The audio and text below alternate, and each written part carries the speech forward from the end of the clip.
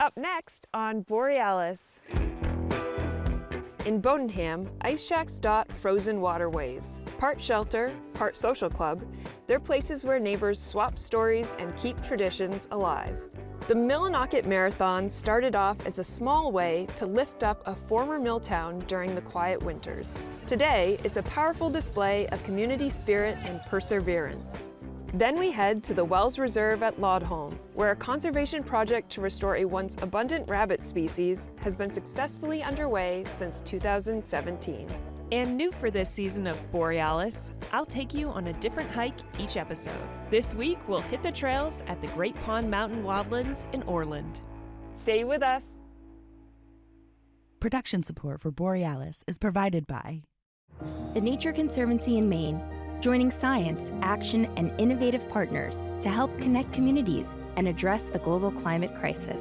From our forests to our rivers to the Gulf of Maine, learn more at nature.org/join Maine. Maine Office of Outdoor Recreation, reminding you to be a good guest on trails, in towns, and everywhere in between by participating in the Look Out For Me campaign. Learn more at visitmaine.com. My dad taught us that protecting Maine's water starts on land. As a hydrogeologist for Poland Spring, his job is to monitor the springs year-round, to check the water levels, and help keep the springs healthy. Poland Spring, for 180 years. And by viewers like you. Thank you. You guys ready to hike?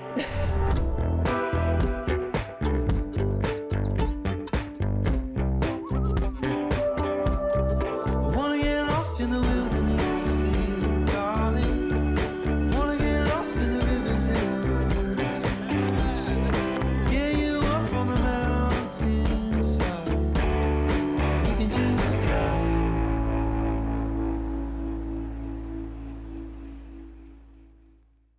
Welcome to Borealis. I'm Aislinn Sarnacki. Winter in Maine has a funny way of testing you and rewarding you at the same time. The days are shorter, the air is sharper, and the cold slows things down, inviting us to experience the outdoors in a different way. In this episode of Borealis, we're leaning into the season, showing you why winter is a wonderful time of year to be outdoors. First, we go to Bowdoinham, where the frozen Cadance and Abagadasset rivers become a neighborhood of colorful ice fishing shacks. Part shelter, part social club, these seasonal shacks are a perfect example of how winter in Maine can bring people together.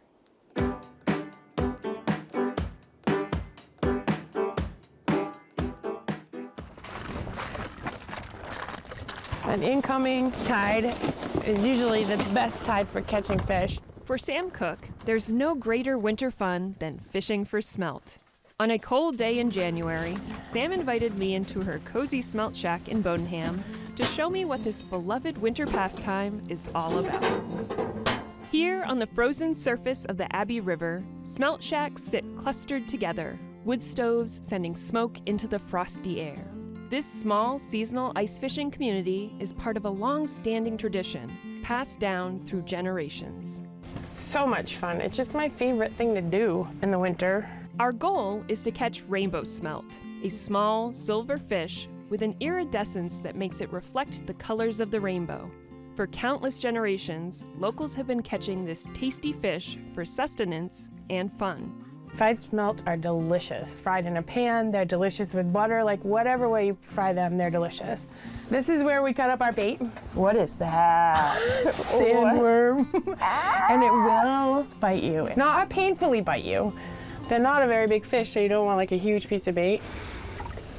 This long rectangle cut into the ice is called a race hole. It allows smelt anglers to bait several lines at once. And as the tide comes in or goes out, you have to constantly check your lines to make sure they're at the right depth.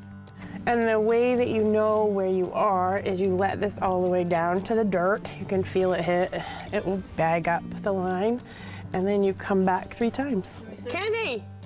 Not much, how are you? While we wait for the fish to bite, we're visited by a number of family and friends. Smelt fishing is as much about socializing as it is about catching fish. It's entertainment mostly. It's just like sitting around a fire. You can sit around in here for hours, especially if you're catching fish. You meet friends, you have fun, you share information, and fishing or not fishing, it's a great way to connect. And you're supposed to talk to people. You're supposed to ask people how they're doing. You're supposed to go visit them and... It's part of the whole thing. Yeah. Look, she said, you're welcome to open up our camp. That's the number. I should be there in about 44 minutes. If you want to start a fire in that other camp, you can. Have it all warm for you. Is it frozen? Yep, it is. We'll get it chiseled up for it. Definitely built up some.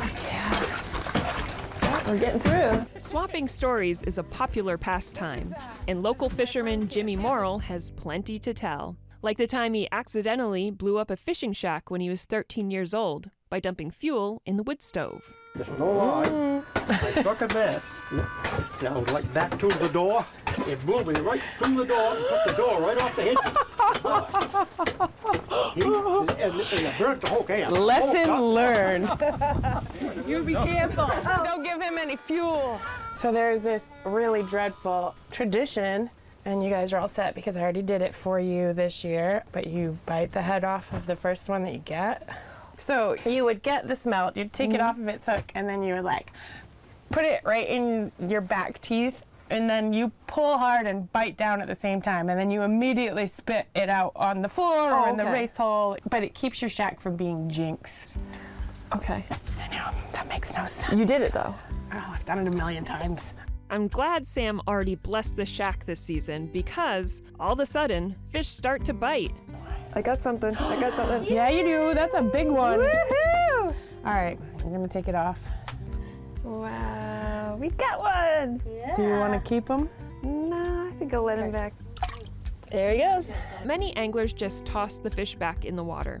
To them, it's about the activity and the atmosphere of smelting, not the number of fish they bring home. A longtime ice fisherman, Craig Coombs, is joining the community of smelt shacks on the Abbey today with a shack that he just built.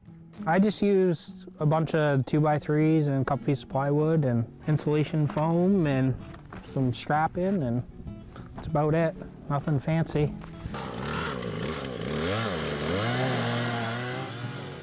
Smelt fishing shacks are built to be lightweight, and often they're homemade out of various materials. Good enough. A true example of Maine ingenuity. This shack was made out of material that was a shipping container liner for wine that was shipped from New Zealand to Maine in February. And this shipping container liner kept the wine at an ambient temperature of 65 degrees. And so I figured it was perfect to build a smelt shack out of. For those who want to fish but don't have their own shack for staying warm, there's another option. Along the Kennebec River and its tributaries, a number of historic fishing camps rent shacks that are set up with everything you need. We headed to one of these camps on the nearby Cadance River. We run the tides, so you get here when it's slack tide, and you either fish the incoming tide for 6 hours or the outgoing tide for 6 hours. Derek recently purchased this community of 17 camps from his friend and mentor, Jim McPherson, rebranding it from Jim's Camps to Dee's Camps. What do you think smelt fishing means to this community? I think it means a lot. Yeah, I think a lot of them love it. You know, a lot of them thank me for keeping it going. It's Friday evening, one of the most popular times to smelt fish because many people are off work for the weekend, so they can stay up late. All right. You guys need anything, let us know. Yep, thank you. You got the bait and we got the lines. All you need to do is bring some good conversation and some food. And it's not so much the catching fish. Catching fish is great, but it's Family just great time. We have family next door in a camp, and my granddaughter, and it's just like a community type thing. It's great. It's a winter tradition. This is our granddaughter Rye, and she loves it. She said she's gonna bite the head off the first one she gets to. Didn't get skunked? Yep. For dinner, they'll enjoy cowboy stew heated up on a wood stove. Eating good food, and for some, enjoying a few drinks, is a part of the experience. Continuing the tradition and spending time together. Spending time together outside, doing something. No screen time. Yep, You know, enjoy. just enjoy each other's company and stories. We love fishing. Yep. As the light fades, the party continues. hoping to catch a few small silver fish. Next, we're headed to a town that knows a thing or two about grit. The Millinocket Marathon isn't just a race, it's a winter tradition built on community, resilience, and love for the cold. Come along with me as I run with these hardy winter athletes and take you into the heart of one of Maine's most unique winter events.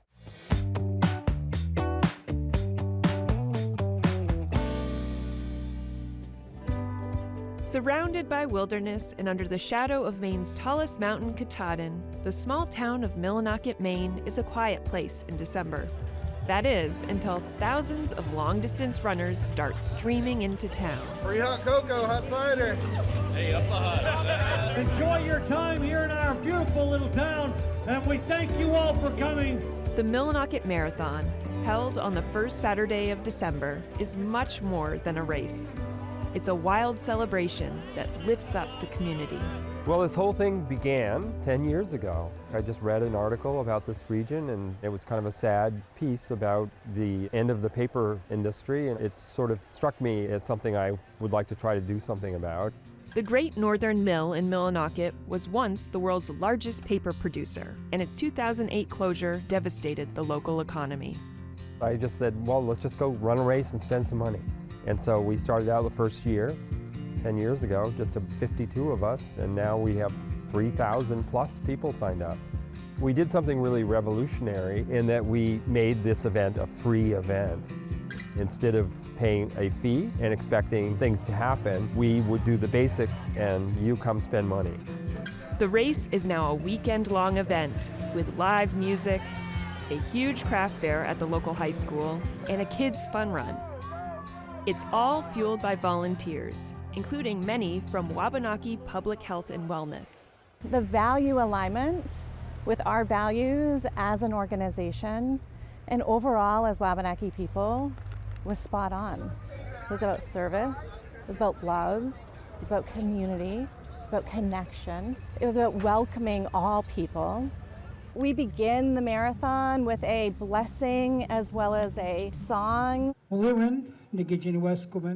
That's a traditional welcome of the marathon, really welcoming and sending the runners off in a good way. The starting gun fires and we're off. And by we, I mean me too. I'm in that crowd of runners somewhere. It's my second year running the race. The race begins in downtown Millinocket and heads uphill along Poplar Street to a famous logging road known as the Golden Road. Runners then follow this wide gravel road, which is covered in snow and ice, northwest through the wilderness before circling back to town on Millinocket Lake Road. It's a Boston Marathon qualifier, a well-measured course, a well-marked course, and the rest of what happens is kind of magical. All the supplies for the water stops are donated. We don't really set up anything officially, but there's a lot of unofficial things happening. Along the course, local residents set up elaborate aid stations, offering a wide range of food and drinks. Gatorade. Thank you. Saturday only. Take one, get one free. I am giving out Fireball, Chex Mix, peanut M&Ms, Swedish Fish, and Haribo gummies. It's frozen. Most of the people who run in the race complete a half marathon, which is just over 13 miles long. A smaller group runs the lap twice, completing a marathon, which is 26.2 miles. What I love about the Millinocket Half is running a half marathon or a marathon requires perseverance and courage. You have to keep going even when it's hard. In this town, the whole town comes out at every single mile marker. There are people cheering you on the way. And it doesn't matter who you are or how fast you're running or how fancy your shoes are. It just is a community event. The race is open to anyone, though you must sign up by a certain deadline. Many participants walk the course or do a combination of jogging and walking. Others run non-stop and are more competitive. This is the, 8th year that we've done it? We've been around for a while. My uncle worked at the paper mill and his family left when it closed, and so seeing the revitalization here is really special to me. Rick Wakaitis from upstate New York read about the race in Runner's World magazine years ago. and has traveled to Maine to participate ever since. He's dubbed himself the Millinocket Rocket. I got bib number 78, and I just turned 78. Can you believe it? We love it. I mean, the weather's not always great, but the people, we spend a lot of money. And then there's Bailey Hannafin, age 8. We dress up as ducks, and we have a couple more heads, 2 reindeers. Bailey is running the race with her mother, Angela, who was born and raised in Millinocket and is now raising her family there. It just brings so much to the Millinocket area. Everything is there. Everybody's there for everybody. It's kind of a sleepy town 364 days a year, and Marathon Day, it's just humming. Yeah. It's a really, really, really good vibe. The Maine Sports Commission calculates that this event brings over $3 million into the region annually. People really are vested in the town and want to see something like this back here, right? I mean, our dad used to be in the paper mill industry, and then the mills closed, and the town was definitely different. Depressed, and it's making a turn. It's sort of the official start of like the holiday season. You know, you have Thanksgiving, and then you have this little time before Millinocket starts. It's just so festive. All right, let's hear some noise as the top 3 finishers in today's race. To cheers from the community, Matt Cheney of Brunswick won first place in the full marathon with a time of 2 hours, 38 minutes, and 39 seconds. The views of Katahdin, especially the first lap, were so stunning today. Sarah Mulcahy of Fort Kent was the #1 female runner for the marathon and 5th place overall, with a time of 3 hours, 12 minutes, and 35 seconds. But she has one more claim to fame. I'm the only person that's done the full marathon every year. Oh, the course is brutal. The first lap's never bad, but knowing you have to go do it again, after 3,000 people have run on it, it's all like mashed potatoes by the time you get it there. So you just have to like power through, it's all mental. And if you watch the spectators, they make the run.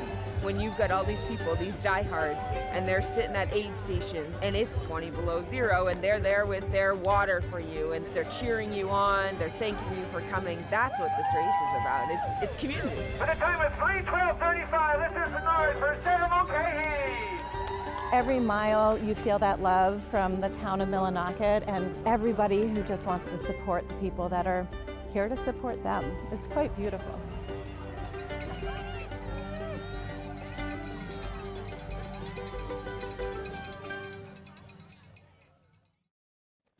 Here in Maine, conservation doesn't always look dramatic. Sometimes it's hidden away in the forgotten corners of the landscape. 250 miles south of here, at the Wells Reserve at Lodholm, scientists and volunteers are working to protect one of New England's most vulnerable mammals, the New England Cottontail rabbit. We visited this old farmstead turned nature reserve to see how small, intentional changes can make a big difference, and how this teeny rabbit is helping guide conservation work for an entire ecosystem.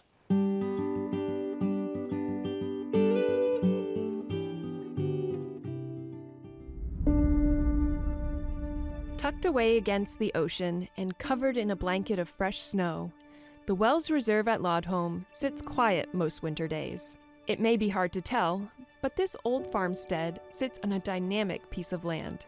We have an amazing diversity of plant and animal life here, and it all is connected. Lodholm is home to several scientific studies and projects. Since 2017, biologists with the Maine Department of Inland Fisheries and Wildlife have been working hand in hand with the reserve to make sure a very special species of rabbit can find a foothold here. The New England Cottontail is a state endangered species here in Maine. They're a shrubland-dependent species, so they like thickets of shrubs and young trees. Corey Stearns is a senior research biologist with the department. As a small mammal specialist, he's a part of a special project to help protect and restore the New England Cottontail. They are New England's only native true rabbit. And I say true rabbit because a lot of people refer to snowshoe hares as a rabbit, but technically they're not. Did you see that was the tree right there? Stearns and a small team of other biologists and grad students from the University of New Hampshire are here at the reserve to conduct a fecal sample survey. That's done in the winter, where we do fecal pellet monitoring, where we collect fecal pellets of New England Cottontail to be able to estimate population size. The work is tough. The dense, thorny habitat favored by the rabbits is difficult to navigate. Researchers bushwhack their way through the shrubland thickets, searching for cottontail droppings to collect. I see two. The understory is so thick, just pushing through that vegetation, so it's definitely been difficult out here today. The groups cut through large patches of thickets, about 30 meters apart. When the fieldwork is completed here, the samples will go to a lab at UNH. We're going to extract DNA from all of these pellets, and we can run that through a system to essentially identify individuals in the population. And so that will give us an idea of how many rabbits there actually are on this landscape and just assess how the population is doing over time. The New England cottontail is nocturnal. So, with permission from the reserve and the biologists, we set up several motion-triggered remote cameras to capture their nighttime activity over a 2-week period. This is what we saw.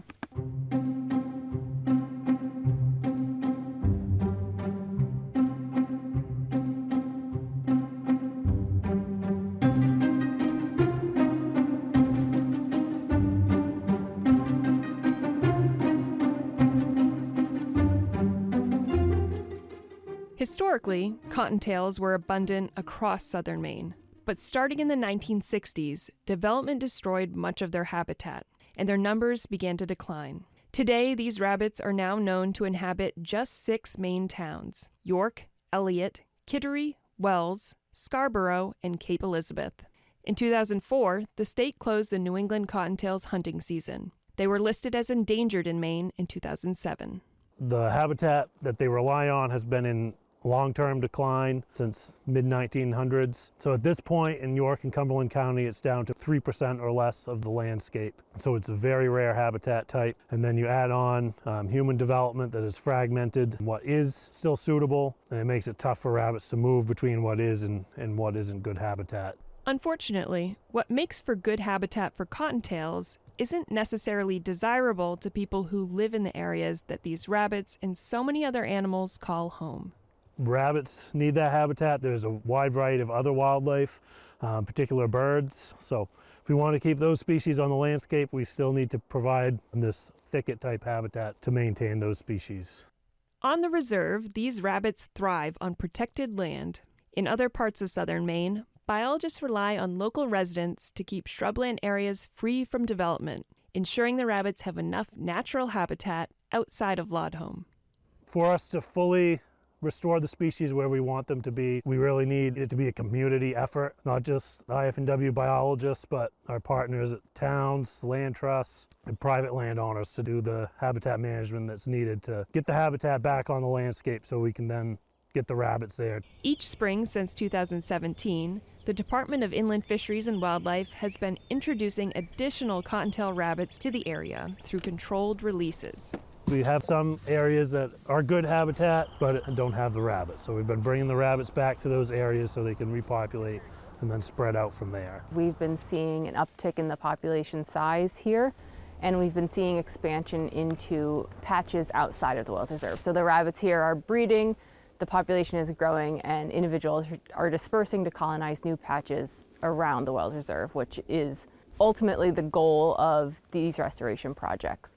The future of the New England cottontail is still unknown, but these biologists are optimistic that this resilient bunny will make a comeback. The New England cottontail is a unique species for New England, so it's important for us to keep that in our natural history and around, and maintaining a healthy ecosystem that contains the rabbits and all the other wildlife that use similar habitat. The bunnies are thriving here because many people have worked to protect this area and make it a vital, safe environment for all life.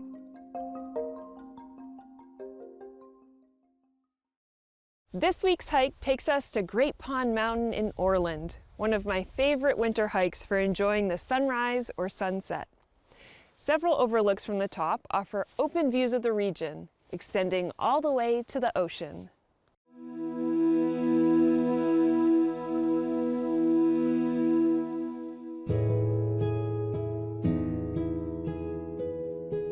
We are in the Great Pond Mountain Wildlands, 5,200 acres of conserved wilderness in the town of Orland, Maine. and we are hiking Great Pond Mountain, which rises just over 1,000 feet above sea level, but from the top has these open ledges that offers amazing views of the forests and surrounding hills and ponds. We are hiking the Stuart Gross Path, which was named after the man who founded Great Pond Mountain Conservation Trust in 1993. The hike, out and back, is just over 3 miles, and that includes a little loop at the end.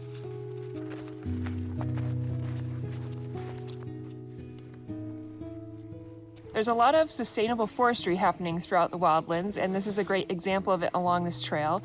So these tubes are protecting young oak and chestnut trees from deer. And then another thing happening in this area is beech trees are being cut down because they're diseased. And they're actually being cut at hip level. It's called high stumping. And the whole purpose is so that they don't sprout and grow back.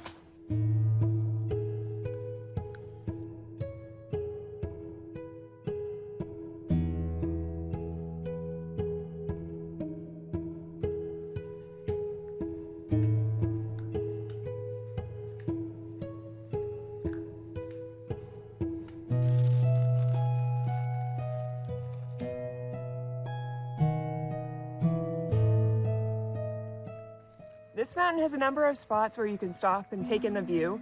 This is my favorite spot. It's known as the South Overlook. And from here you can see the Schoodic Mountains, Mount Desert Island, Blue Hill Mountain, and then all the way to Camden Hills. So a lot of iconic landmarks just from this one location.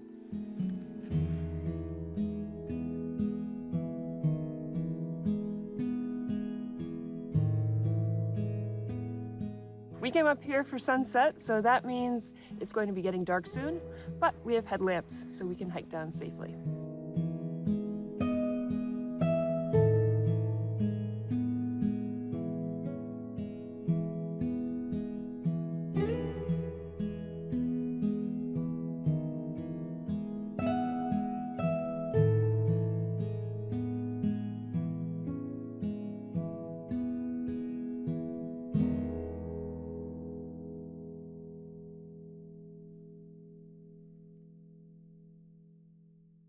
If you missed an episode of Borealis or just want to rewatch one of your favorite segments, head on over to our YouTube page.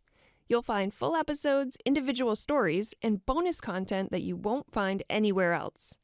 Watch Borealis anytime, anywhere on YouTube. Next time on Borealis. Each spring, a quiet migration happens under the cover of darkness. We'll take you inside the statewide effort of Maine's Big Night. Come fiddleheading with us at Pineland Farms as we learn about one of Maine's most delectable native plants and how to harvest them responsibly. We go birding as spring migration kicks off. Come along with us to a few of Maine's bird festivals and meet some very knowledgeable bird nerds. And I'll take you on one of my favorite hikes up South Turner Mountain in Baxter State Park.